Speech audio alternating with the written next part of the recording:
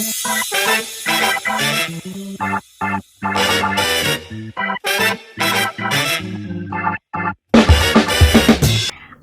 chicos de Sin Etiquetas, nuevamente aquí con ustedes en otro episodio más. La verdad que ya emocionados también porque se viene algo interesante el día de hoy. Es una historia muy profunda. Nadia, ¿cómo te sientes el día de hoy? Muy feliz también de estar otra vez en este episodio con todos ustedes, compartiendo el día de hoy. Con este frío de Loja, pero eso no nos detiene para el capítulo que tenemos el día de hoy, de un tema que muy poco se habla, pero que también estoy segura que les va a ayudar mucho a varias personas que se pueden sentir identificadas con esto. Entonces, bueno, tenemos a nuestra invitada especial, María José Jaramillo. Por favor, quisiéramos que te presentes, nos comentes un poquito acerca de ti, a lo que te dedicas.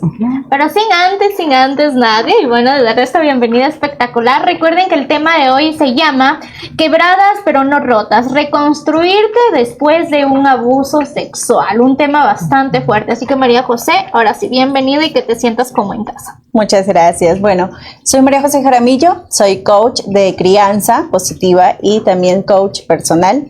Guío y acompaño a mujeres como yo que se sienten justamente lastimadas, quebradas, a reconstruirse, ¿no? A transformarse después de algún proceso que hayan vivido fuerte en su vida.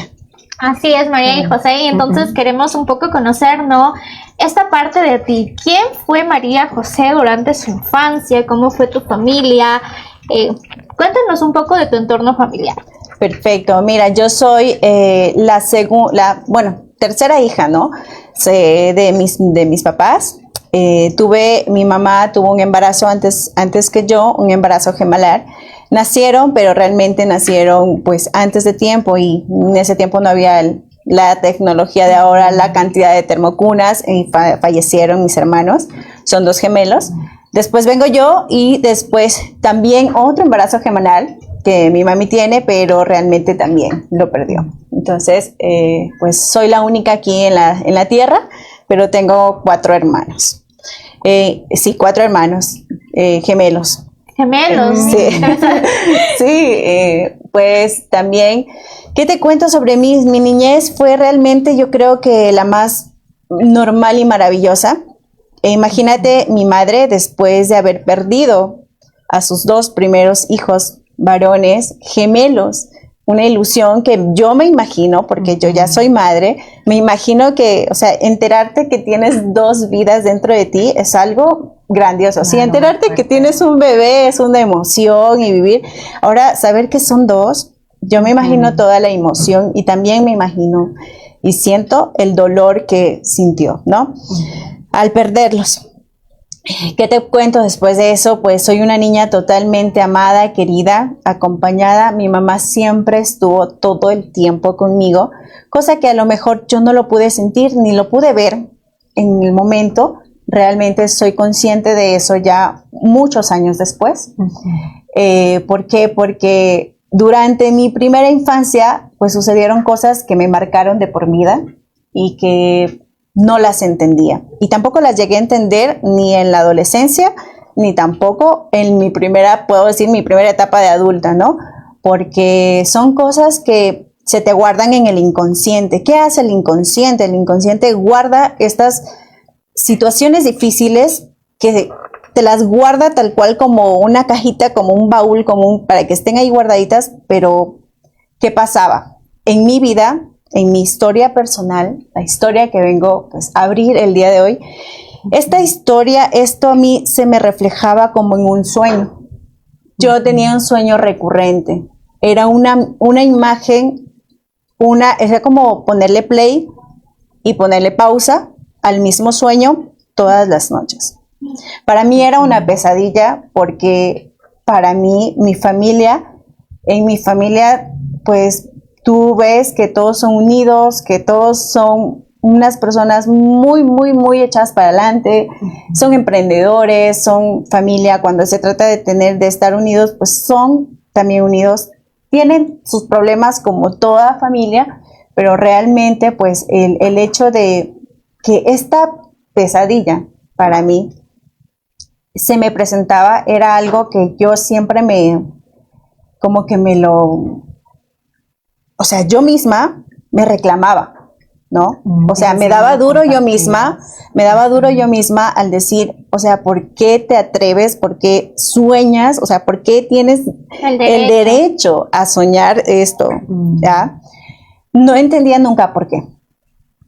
Fue solamente cuando ya tenía mi primer hijo y estaba enfrentándome a la edad donde empiezan a retarte, empiezan a ponerse, malcriados, entre comillas lo digo porque después lo entendí.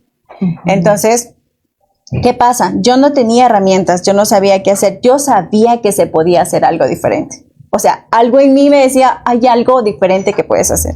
¿Qué edad tenías, no, María José? Y bueno, para los que están entrando ahora y conectarse a este podcast, estamos entendiendo un poco el contexto de la historia que nos está contando el día de hoy María José acerca de su testimonio dentro del abuso sexual que ella vivió. Entonces, Majito, pues ahora que vamos entendiendo un poco más, cuéntanos qué edad tenías. Cuando esto sucedió, yo estaba, mira, esto pasa porque mis abuelos vienen a visitar a mi mamá, a visitar a mis demás tíos acá, y pasa que mi abuela ve a mi mamá demasiado flaquita, porque todavía me estaba dando de lactar. Yo tenía 2 años. Entonces ella dice, no, ¿sabes qué? Me la llevo. Ellos viven en la provincia. Entonces dice, me la llevo para que tú te recuperes y bueno, recuperes el peso y estés mejor. En ese viaje, en esa separación abrupta que hubo de mi mamá, ahí fue cuando, ahí había sido cuando sucedió. Ya, ¿cuántos años tenías tú ahí? 2 años y meses. Perfecto. ¿Te llevan a dónde? ¿Te trasladas de Loja a la provincia de Loro? Al Loro. Ya, perfecto. 2 meses, pero ¿eso tú lo recuerdas? No. Y aquí, justamente, Majito, tú mencionabas de que vienen esos sueños con esa experiencia que tú estabas diciendo. Cuando tú tenías esos sueños, mencionaste que sentías que no tenías ese derecho de tener ese sueño por la figura que eventualmente significaba para ti tu abuelo, en este caso. Y, Majito, en ese tiempo tú mencionaste que te empezaste a dar cuenta cuando empezaste este proceso de crianza, cuando tuviste tu primer hijo, pero antes de eso, tal vez le comentaste a alguien, alguna persona esto, o siempre te lo guardaste. Y si pasó, ¿cuál fue la respuesta de esa persona? Sabes que justamente estos días antes de venir al programa estaba haciendo como viendo para atrás. Y yo se lo conté a alguien. Y justamente fue en un momento como de que yo estaba súper rebelde con mis papás en el colegio, y un padrino se me acercó, e incluso mis papás me llevaron a hablar con él por lo que estaba súper rebelde, y él me hizo la pregunta. Él me dijo, ¿alguna vez alguien te tocó? ¿Qué pasó? Cuéntame. Yo recuerdo clarito que yo se lo dije, pero, o sea, ahí quedó. No hubo una validación o una forma de intentar ayudarte por parte de esa persona. No, realmente no. Creo que, me imagino, no quiero sacar conclusiones, pero yo creo que a lo mejor, como viéndome que estaba toda rebelde y como yéndome, a lo mejor lo tomó como, o sea, es algo que a lo mejor se quiere inventar en este momento, como para salirse de lo que estaba sucediendo, ¿no? Claro, pero fue la única persona, de ahí nunca, no, era algo que solo yo lo tenía, empezó desde el colegio, que eran estos sueños que se me presentaban, y lo vine a trabajar solamente justo ahora cuando yo ya empecé a trabajar mi proceso como mamá, para coger esas herramientas y aprender de esto.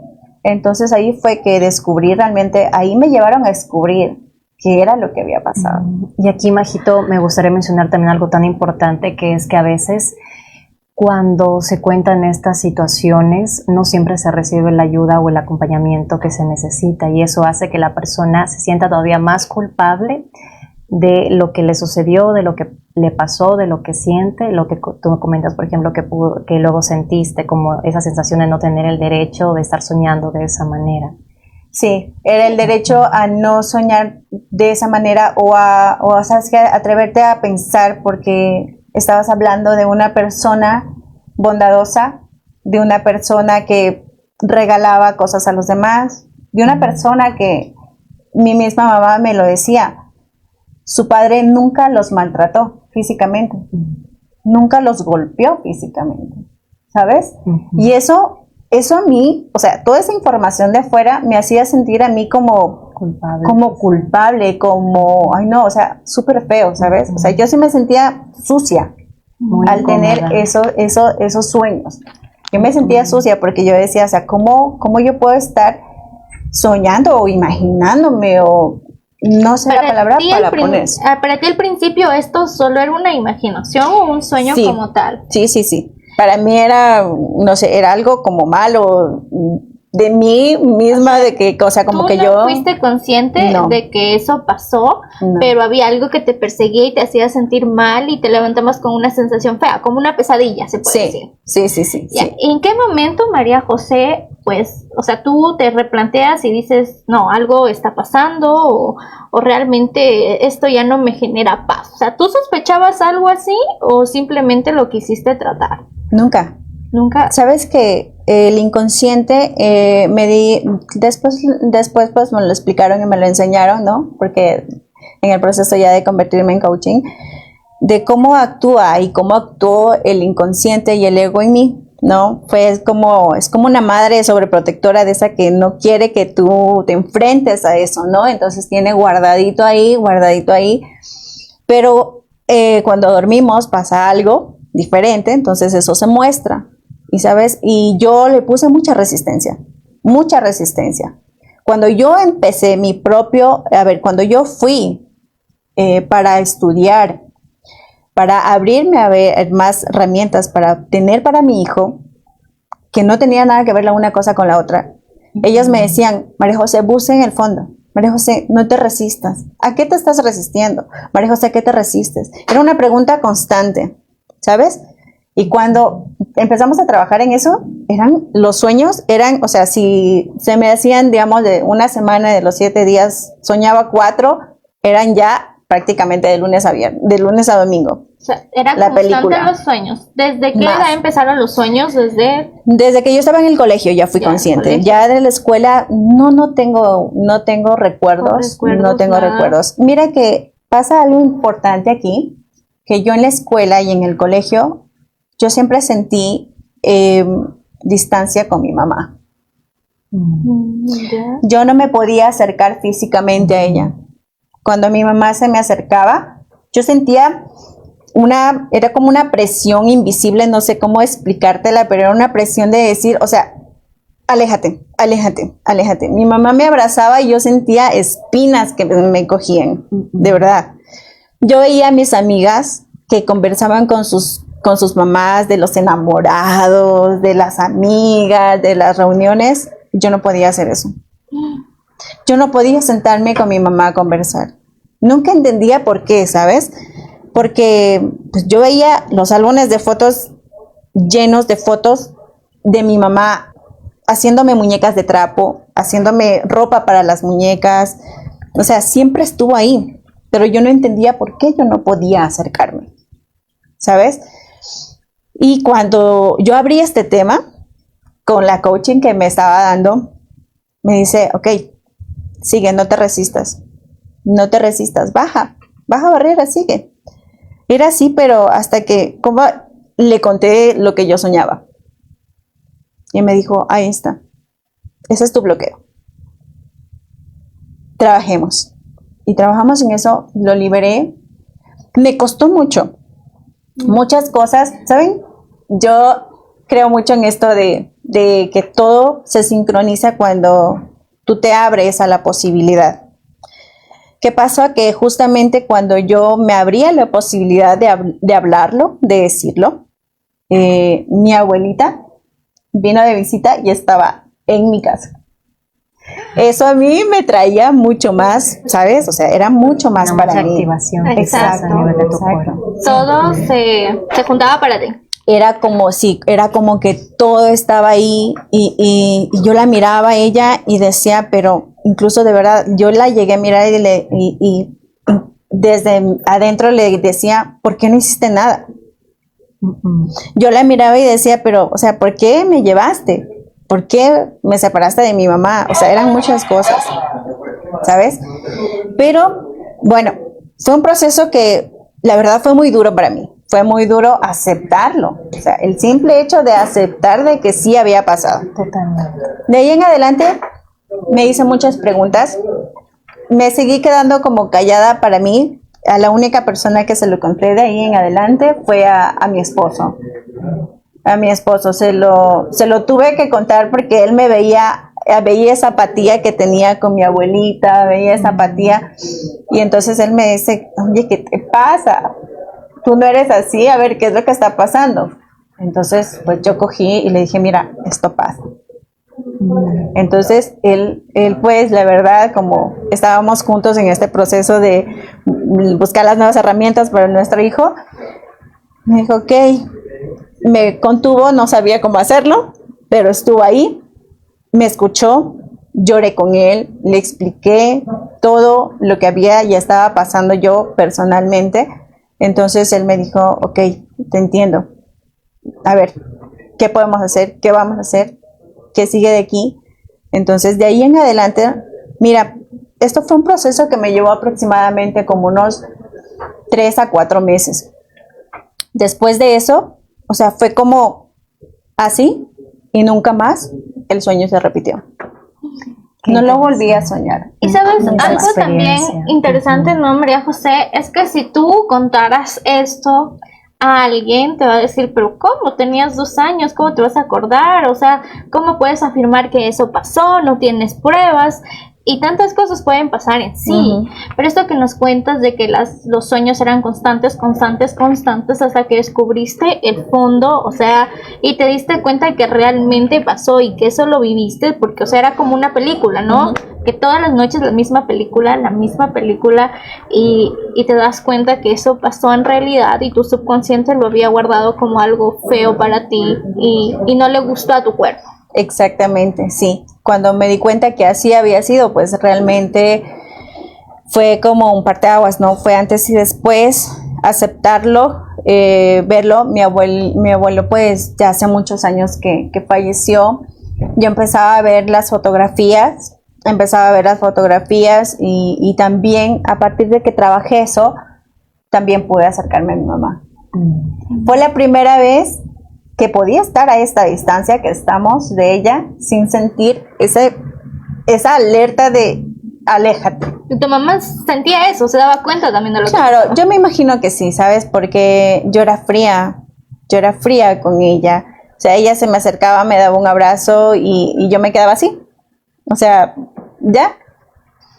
Por dentro mi niña quería pues abrazarla y todo, yo me moría y cuando veía o ves las películas que las mamás, ay, yo lloraba, pero cuando yo lo quería hacer no lo podía hacer, o sea, de verdad no era yo, o sea, era algo que inconscientemente me detenía a acercarme a ella. Claro que luego pues me hicieron ver, no era mi forma de cuidarla. Exacto. Era mi forma de cuidarla a que ella sepa qué es lo que pasó.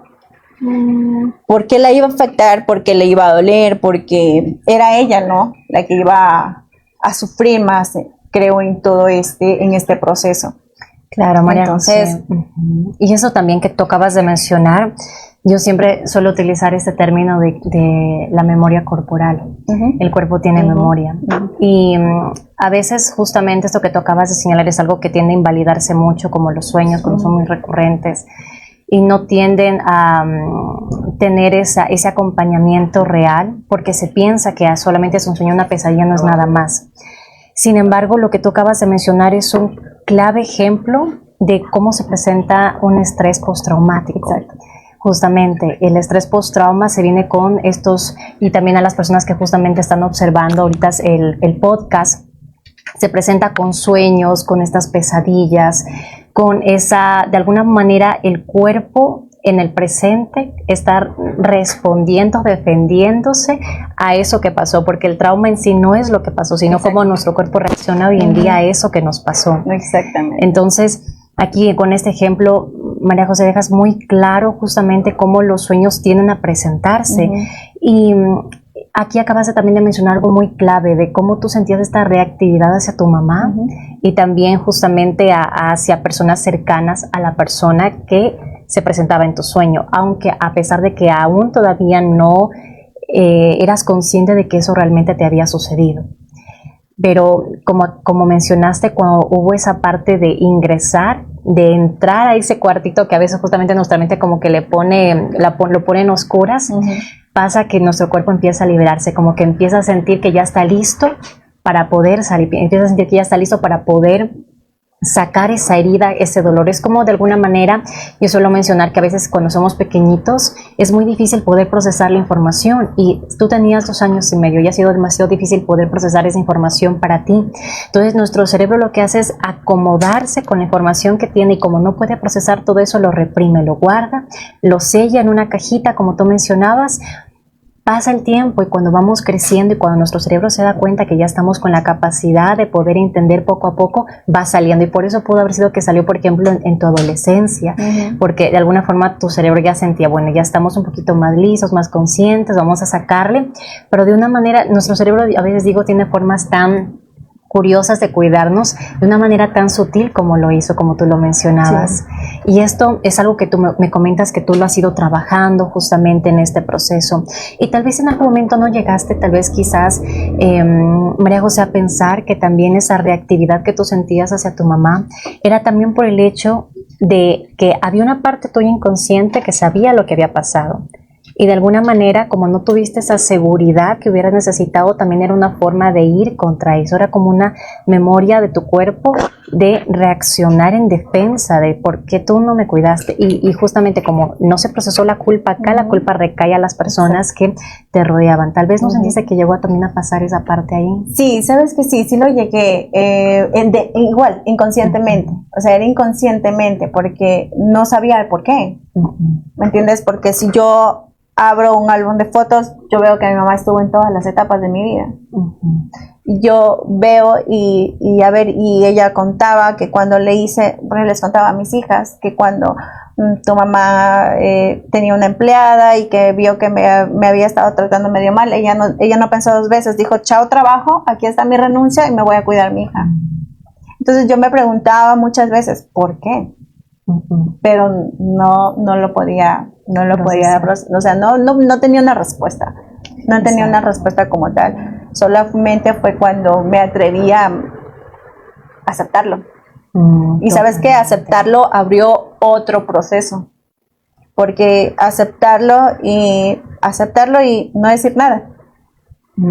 O sea, aceptarlo y no decirle nada a mi mamá, o aceptarlo y hablarlo con ella, era como todo esto. Y yo decía, pero bueno, ya ahora, si yo le digo, igual va a sufrir. Entonces, era como muchas preguntas que me hacía a la vez y decía, mejor ya, ok. Y pues bueno, dentro de todo eso, las cosas se movieron. Y esto que decías, el cuerpo guarda memoria, es muy, muy, muy verídico.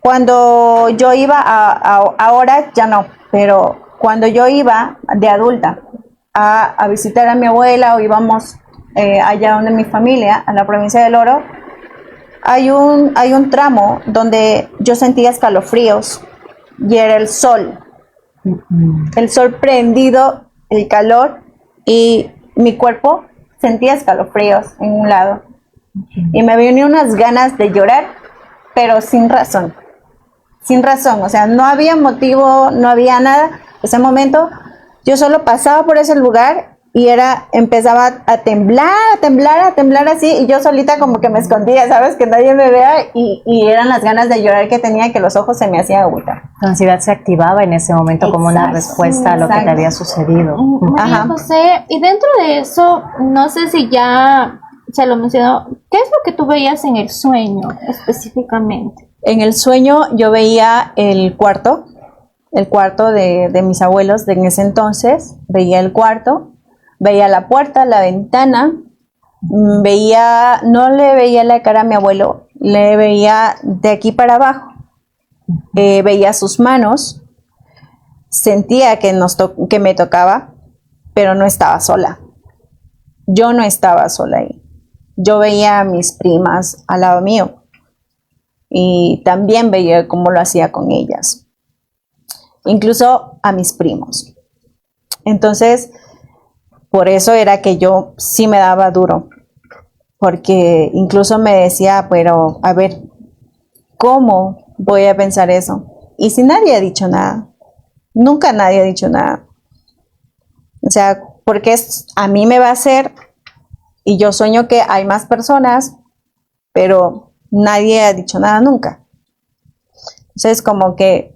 El silencio que se guarda en las familias. Y mira, aquí también María José, porque algunas personas podrán decir, tenías 2 años y medio, quizás estaba cambiando de ropa, qué sé yo, porque justamente como todavía no estamos con la capacidad de poder ser totalmente independientes. Pero hay una gran parte que me imagino que tú lo hayas también sentido, que es una diferencia en la forma en cómo se toca, esa lascividad justamente que existe cuando hay estos tocamientos que se denominan y van dentro del abuso sexual. ¿Cómo en este caso, por ejemplo, tú, María José, podías sentir esa diferencia? Sí, sí, claro que sí. En el sueño, yo no me veía de 2 años. Yo no soy una niña de 2 años. Yo soy una niña más grande. Sí, yo soy una niña más grande. Y claro, fueron las siguientes veces que yo fui allá. Mi mamá siempre cuenta algo que cuando lo cuenta, yo sé que atrás de ella y de lo que cuenta hay mucha tristeza. Había.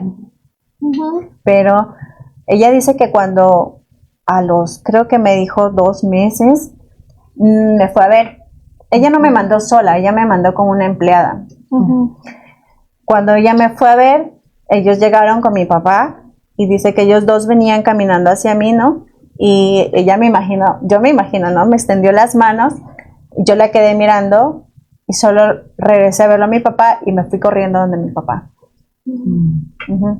Una respuesta justamente, espérame, aquí hablábamos algo con María José, cómo el cuerpo tiende a reaccionar, esa memoria corporal, pero hay algo más, como en ese momento tu cerebro no pudo procesar la información del suceso.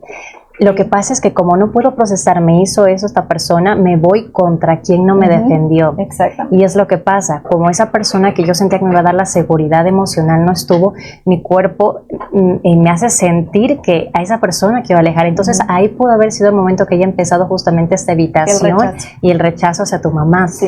Porque ves, he escuchado también en muchos procesos como las personas, yo les llamo siempre sobrevivientes de un abuso sexual, tienden a pensar, pero ¿por qué yo tengo enojo no contra la persona que me hizo, sino contra esta persona, contra mi mamá, contra mi papá, contra esa persona que de alguna manera yo quería que me proteja? Y es justamente por eso aquí María José está dando un claro ejemplo de cómo se presenta eso, porque no siempre las emociones van contra la situación porque tu cerebro no pudo procesar la información, va contra la persona que en ese momento hubieras querido que te dé esa seguridad emocional, seguridad, y no lo hizo. Exacto. Por la situación eventualmente. Sí, sí. Ella cuando cuenta eso, claro, ¿no? Después de lo que de que yo procesé todo esto, acepté, yo pude volver a escuchar, porque es algo que ella lo contaba, ¿sabes? Y cuando ella lo volvió a contar después yo de entender todo esto, yo la quedé mirando y dije, ok, aquí me separé de ti. Aquí fue cuando invisible puse una pared entre nosotros. Sí, entiendo, porque te amaba, porque no quería que sepas eso, porque no quería que sepas que tu papá me hizo eso. Pero, bueno, como queriendo también, me imagino sobrevivir, ¿no? Que es lo que nuestro cerebro nos manda. A ver, aquí hay que sobrevivir y sobrevivimos como podemos hasta que tengamos las herramientas y cómo salir de aquí. Totalmente. Que fue lo que pude hacer hace realmente algunos años atrás, que fue que en una reunión familiar, pues ellos están reunidos y están hablando de varios temas, discutiendo entre ellos, y pues una persona ahí habla y dice que ella fue violentada por su padre. Entonces, ¿qué pasa ahí? Mi mamá sale en shock realmente de ese lugar, no sabía qué hacer, temblaba mucho.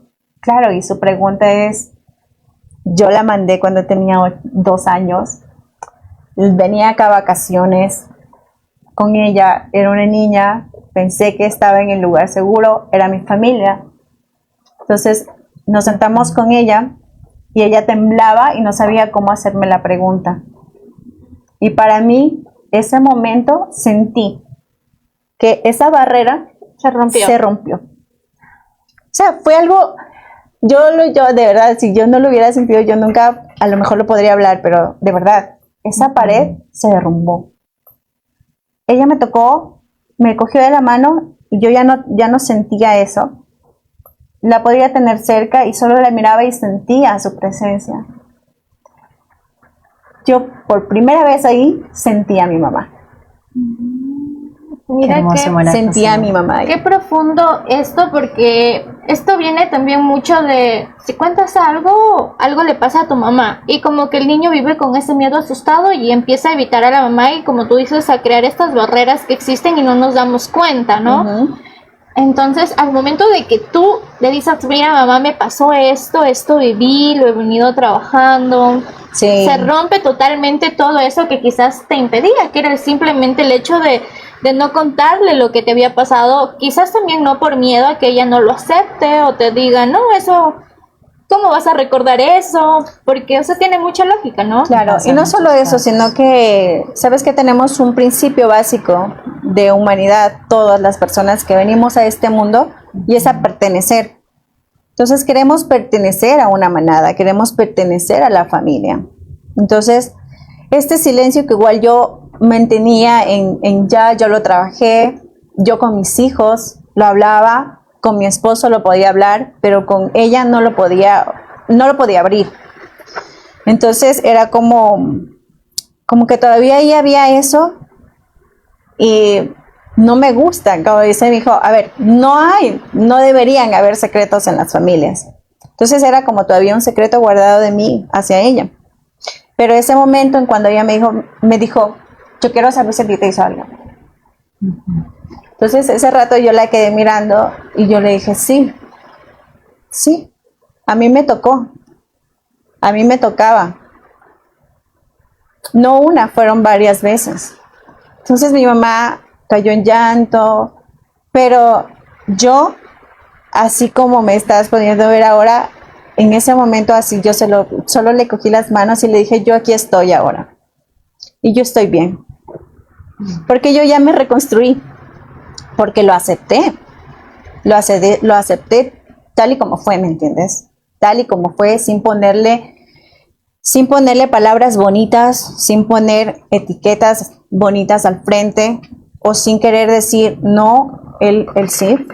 Puede haber sido un gran pues jefe de su equipo, pudo ser un gran, pues, una gran persona en general en varios aspectos de su vida, pero aquí se equivocó y aquí fue un abusador.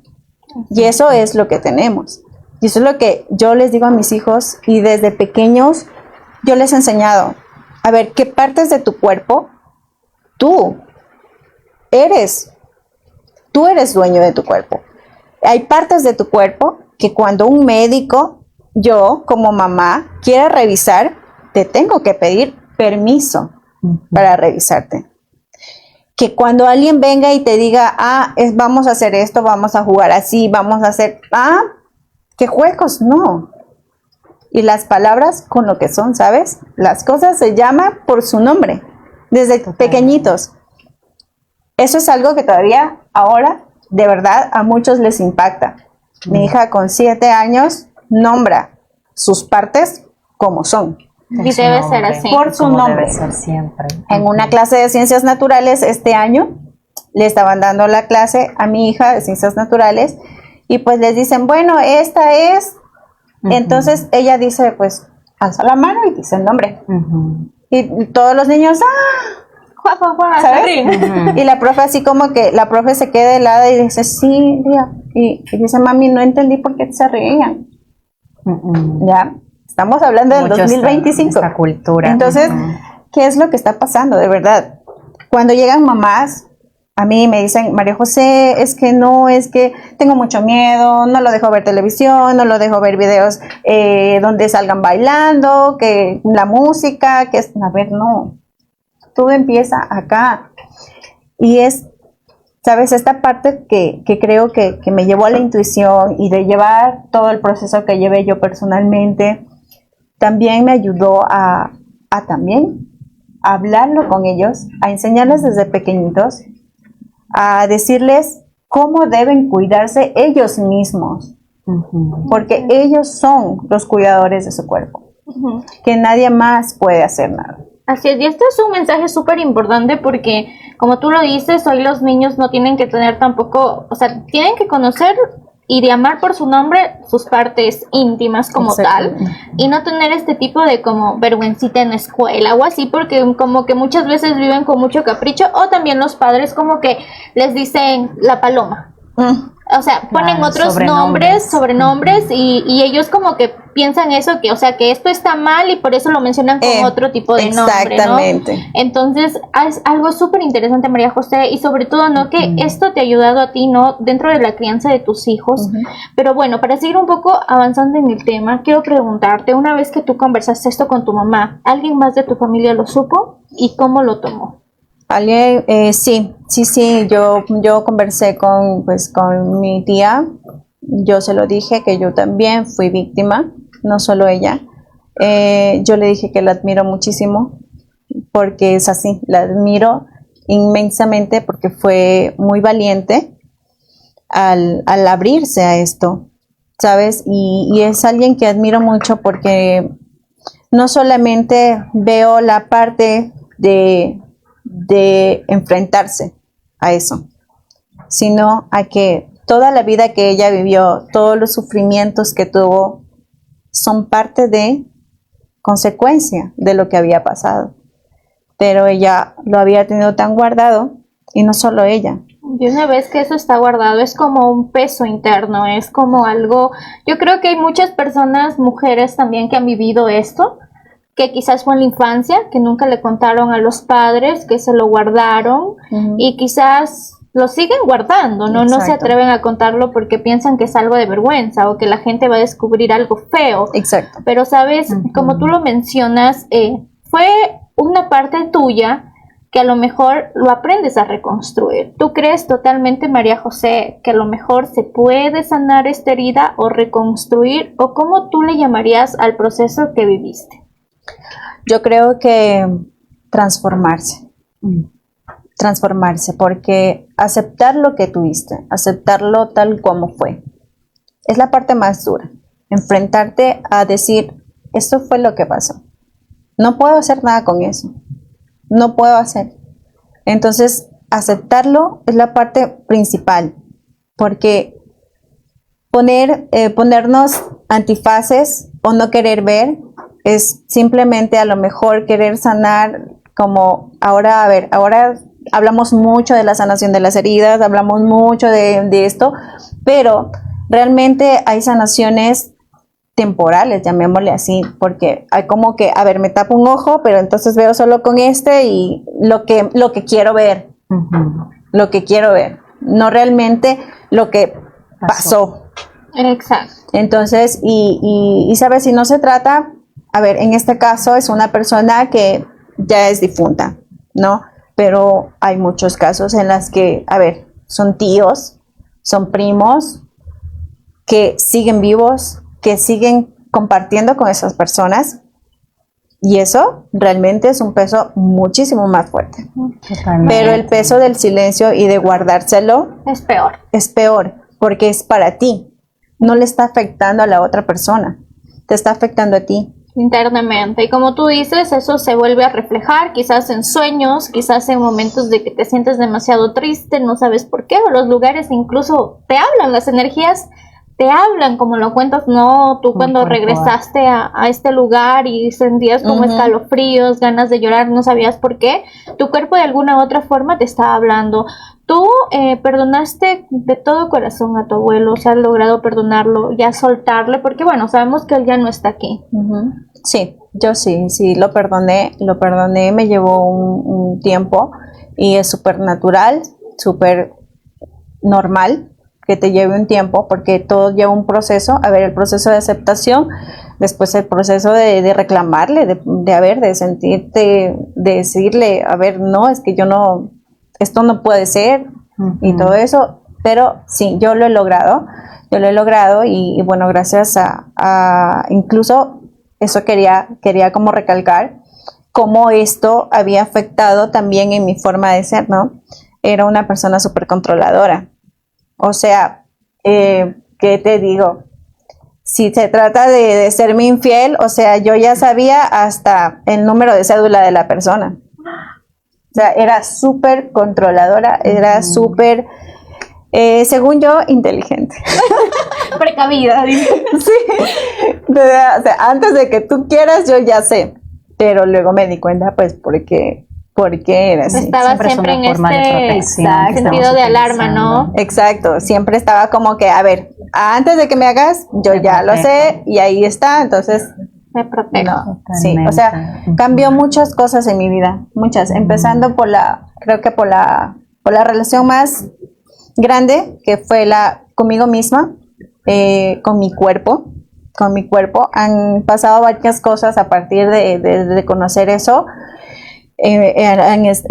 físicamente, también emocional y también pues a nivel de pareja. Con mi esposo hoy en día, soltar eso de, o sea, si vas a salir, que si no, que si ya tengo esta de la de policía, la de investigadora, la de, o sea, realmente no es sostenible. Ya dije, no, o sea, y hoy en día pues es algo maravilloso, creo que es algo muy bonito que hemos formado él y yo a partir de eso. Creo que, como dicen, ¿no? A veces, por ejemplo, ahora que está lloviendo tanto y que el agua a veces viene a limpiar todo eso que no tiene que estar ahí, viene a mover lo que no tiene que estar ahí.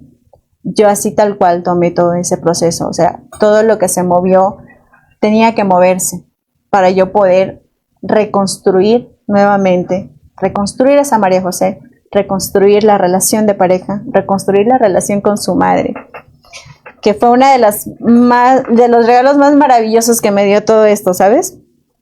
Justamente hoy leía una frase que decía, pocos pueden ver en lo malo lo bueno que siempre hay. Entonces yo decía, en esto que a lo mejor todos lo ven como un caos, como horrible, o sea, pasaron cosas tan maravillosas que yo las pude ver, y no solo que las pude ver, sino que, ¿sabes qué? Hoy en día son lo más preciado de mi vida. Yo creo que hay un antes y un después de eso, no solo para mí, sino que también para mi familia. Hoy me siento a conversar de estos temas muy abiertamente con mis hijos de 8, de 9, de 14 años. O sea, me siento a hablar con ellos y decirles, a ver, esto es así, esto es de esta forma, tú tienes derecho a esto, nadie puede hacer esto, siempre y cuando tú lo permitas. Entonces, lo resignificaste sin duda, esa palabra que a veces se piensa que no se puede presentar, pero es la resignificación, que tú le das un significado diferente. No evitas o quitas el dolor, pero con lo que tienes y lo que eliges ahora, le das el significado que tú sabes que te va a ayudar en tu vida. Y creo que aquí una palabra clave con todo lo que has mencionado, María José, con esta historia también tan profunda y muy valiente también, siento que es la sexualidad, porque a veces pensamos justamente en la crianza desde pequeñitos, les enseñamos que la sexualidad es algo malo, porque pensamos que la sexualidad es solamente la penetración, pero en sí la sexualidad es de cómo nosotros hablamos, cómo saludamos, cómo conversamos, la manera en cómo nos relacionamos, todo eso es sexualidad. Entonces, cuando entendemos el verdadero significado de la sexualidad, también podemos justamente evitar estas situaciones. Exacto. Si quizás no se pueden evitar totalmente, porque ciertamente hay situaciones de riesgo, sí evitar en mayor prevalencia que eso siga en el tiempo, porque el niño, la niña va a poder hablar con sus padres, el adolescente va a poder hablar sobre justamente lo que ha estado experimentando o lo que le hicieron en algún momento de su vida y nunca invalidar, porque siempre siento que el silencio es como ese monstruo que empieza a generar mucho peso sobre nosotros, ese monstruo que sigue ahí y que hasta que no liberemos ese monstruo no dejará eso de causar ciertas reacciones en nuestro presente, en nuestras relaciones, en nuestros vínculos, en cómo vemos también el mundo. Y también entender aquí, María José, veo que tú tuviste un proceso de poder perdonarlo, pero he escuchado también muchas personas que se sienten culpables porque no pueden perdonar. Y creo que también a las personas, por ejemplo, que nos escuchan, quisiera mencionarles de que cada proceso es diferente. El de María José fue el perdonar, pero hay otras personas que no necesariamente tienen que perdonar, porque para continuar no tienes que perdonar necesariamente, pero sí reconocer que eso que pasó fue de esa manera y que eso no es lo que te está pasando hoy en día, que eso ya no te pertenece. Fue parte de tu historia, pero no define tu historia. Entonces tú dejas de cargar. No le das en sí la palabra perdón, te perdono a esa persona, pero sí eliges liberarte de ese dolor, de ese peso que te estaba llevando por mucho tiempo. Entonces dejamos también el lado quizás de sentirnos a veces culpables. Siempre mencionas cada proceso justamente es diferente. A veces vamos a perdonar, a veces no. Pero siempre podemos transformarnos, como tú mencionaste, María José, transformar eso que hemos vivido en algo que en el presente nos ayude a realmente poder continuar con nuestra historia de vida sin que influya esas experiencias de abuso sexual, que hay una gran prevalencia actualmente hasta ahora. Sí. Así es, y algo interesante, ¿no?, que menciona Nadia, y bueno, quizás Nadia, como todos conocemos, ella es psicóloga, ella lo transmite desde esta parte, pero si de las personas que nos están viendo, tú eres una persona más espiritual, tú crees que el perdonar es posible y que puedes hacerlo a través de una conexión íntima con Dios o con lo que a ti te mueve y te motiva día a día, puedes hacerlo también, porque el perdón, bueno, dentro de la parte espiritual es muy significativa. El perdón, como todos sabemos, pues tuvimos una persona muy representativa que nos perdonó a todos con mucho amor, que fue Jesucristo. Pero también esta parte del perdón puedes trabajarla conectándote con esta parte espiritual. Lo puedes lograr hacer, sí, y muchas veces se escucha, ¿no?, que en la Biblia esa parte del perdón no es mirar esa cicatriz y ya no te duela. Pero eso sí, algo importante, tú puedes perdonar a una persona, pero eso no significa de que tú puedas volver a generar esos vínculos como antes lo hacías, sino que empiezas a establecer tus límites y lo que tú ya no quieres en tu vida. Es decir, bueno, ¿sabes qué? Nadia, me lastimaste muchísimo, yo te perdono, te suelto, es como que te veo en la calle, hola, ¿cómo estás? Pero tú ya no estás dentro de mi círculo, ni de mis límites, ni de mi casa, ni de ir a un té, ya no existes porque yo establezco algo que ya no va, o sea, tú ya no vas con mi vida. Porque el perdonar justamente es para uno, más no para otra persona, porque también las personas que deciden perdonar, por ejemplo, como María José, me imagino que entendió de que cuando tú decidiste perdonar no era para liberarlo, era para liberarte a ti. Exactamente. Entonces, eventualmente eso es un proceso individual, cada persona como lo vive, pero realmente este mensaje que nos has dejado, María José, primero de síntomas, cómo se puede identificar un posible abuso sexual, cómo se presenta un trastorno de estrés postraumático justamente, cuáles son esas señales, como lo mencionaba, esos síntomas, cómo es justamente esa clave de aceptar, porque a veces también lo confundimos con resignarte. Exacto, y ¿sabes qué? No, justamente hablando como del perdón y la aceptación, muchas veces tú puedes aceptar que esto pasó y no lo quieres perdonar, está bien, o sea, está súper bien, no hay que forzar, no hay que forzar. Algo que yo personalmente me di es que cuando me pasó todo esto era como que, sabes, todo fluía de una manera impresionante. A mí me empezaron justo en ese tiempo sabes que en la televisión, en la radio y todo, era como que todo el mundo hablaba de eso. Entonces era una forma, era como algo increíble que hizo que yo me enfoque en eso, ¿no? Lo vi y lo veo ahora desde, es lo que hay, es lo que tuve, es lo que pasó, pero no es lo que es hoy. No es lo que yo soy hoy, y mucho menos lo que yo quiero para mis hijos. Así es. Mucho menos para lo que yo quiero para mis hijos. Muchas veces en los procesos que llevo de crianza, ¿sabes? Veo que las mamás tendemos a, cuando pasa algo de esto, a ir como desde, ay, el miedo, es que no, es que tengo que cuidarlo, que no se vaya, no, que se quiere ir un niño, quiere jugar con el vecino, no, es que no puedes irte, porque a ver, yo te voy a estar viendo, de aquí te voy a estar viendo, y a lo mejor tú no aceptas eso que pasó en ti, lo aceptas de verdad, y aceptarlo de verdad es, esto es lo que yo viví, pero no lo que mi hijo va a vivir. Así es. Y que están con el constante miedo, y si pasan con ese constante miedo, ¿qué haces? Atraes esas situaciones inconscientemente. ¿Por qué? Porque ni siquiera te sientas a decirle a tu hijo, a ver, amor, Eliges ese esto miedo. esto es, ¿por qué esto tengo miedo? Por esta razón soy así. Y ni siquiera como para darle esa carga a tu hijo, sino que, a ver, él como hacerle entender a él por qué ese miedo, pero que también tienes que trabajarlo, tú también tienes que hacerte cargo. Lo primero es hacerte cargo tú de eso, tú como mujer y ahora como mamá, mucho más, porque cuando la verdad es que después yo seguí otro coaching que es para ayudar pues en sí es a hombres y mujeres, pero me he centrado mucho más en las mujeres. Han llegado el 90% de las pacientes que llegan a mi vida han sido abusadas y han sido en su círculo familiar. O sea, sabemos que eso existe igual, sigue existiendo, claro, solo que el simple hecho es de que no tenemos voz de levantar y contar qué es lo que pasó. Exacto, y sabes, y es cosas que no llegan por ese motivo, no llegan. A consulta no llegan por quiero sanar el abuso que tú, no.